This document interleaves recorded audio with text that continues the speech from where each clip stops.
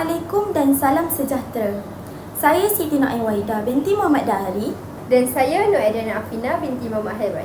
Pada hari ini kami ingin membentangkan tugasan tutorial berkaitan Dasar Pendidikan Digital atau ringkasnya DPD. Dasar Pendidikan Digital merupakan satu dasar yang diperkenalkan oleh Kementerian Pendidikan Malaysia KPM.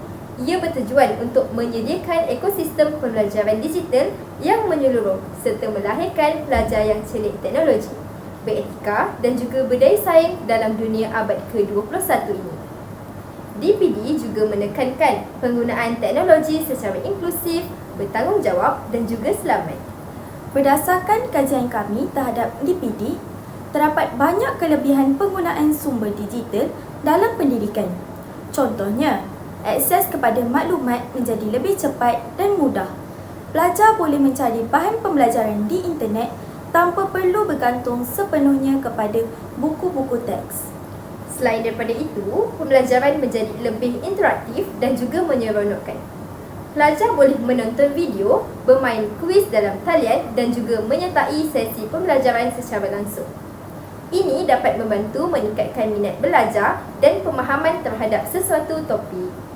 Tambahan pula, pembelajaran menjadi lebih fleksibel.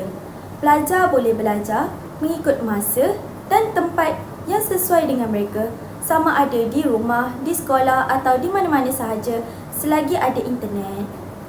Namun begitu, penggunaan teknologi digital juga ada kelemahannya. Antara yang paling ketara ialah risiko ketagihan gadget dan permainan dalam talian. Jika tiada kawalan, kemungkinan besar pelajar mudah leka dan hilang fokus terhadap pembelajaran mereka.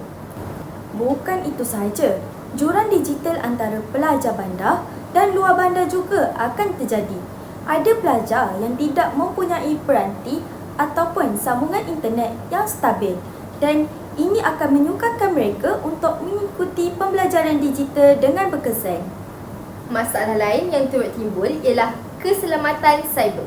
Maklumat peribadi pelajar boleh terdedah sekiranya mereka tidak berhati-hati semasa menggunakan internet.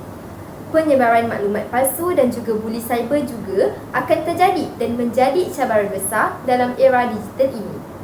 Justeru, penting untuk kita mengetahui cara menggunakan teknologi dengan betul. Pertama, teknologi harus digunakan untuk tujuan pembelajaran, bukan semata-mata hiburan ataupun permainan. Kedua, pelajar mestilah bijak menguruskan masa penggunaan gadget agar tidak mengganggu tanggungjawab lain seperti ibadat, riadah dan juga masa bersama keluarga. Ketiga, pelajar hanya menggunakan platform yang sah dan selamat seperti aplikasi rasmi KPM, Google Classroom atau portal pendidikan yang telah disahkan. Dan yang paling penting sekali, pelajar perlulah mengamalkan etika digital, iaitu menghormati privasi, tidak menyebarkan maklumat palsu dan juga menjaga adab semasa berkomunikasi secara dalam talian. Kesimpulannya, sumber digital sememangnya memberi banyak manfaat dalam bidang pendidikan jika digunakan dengan cara yang betul. Melalui Dasar Pendidikan Digital, kita dididik supaya celik teknologi, beretika dan mampu menyesuaikan diri dengan dunia pembelajaran abad ke-21 ini.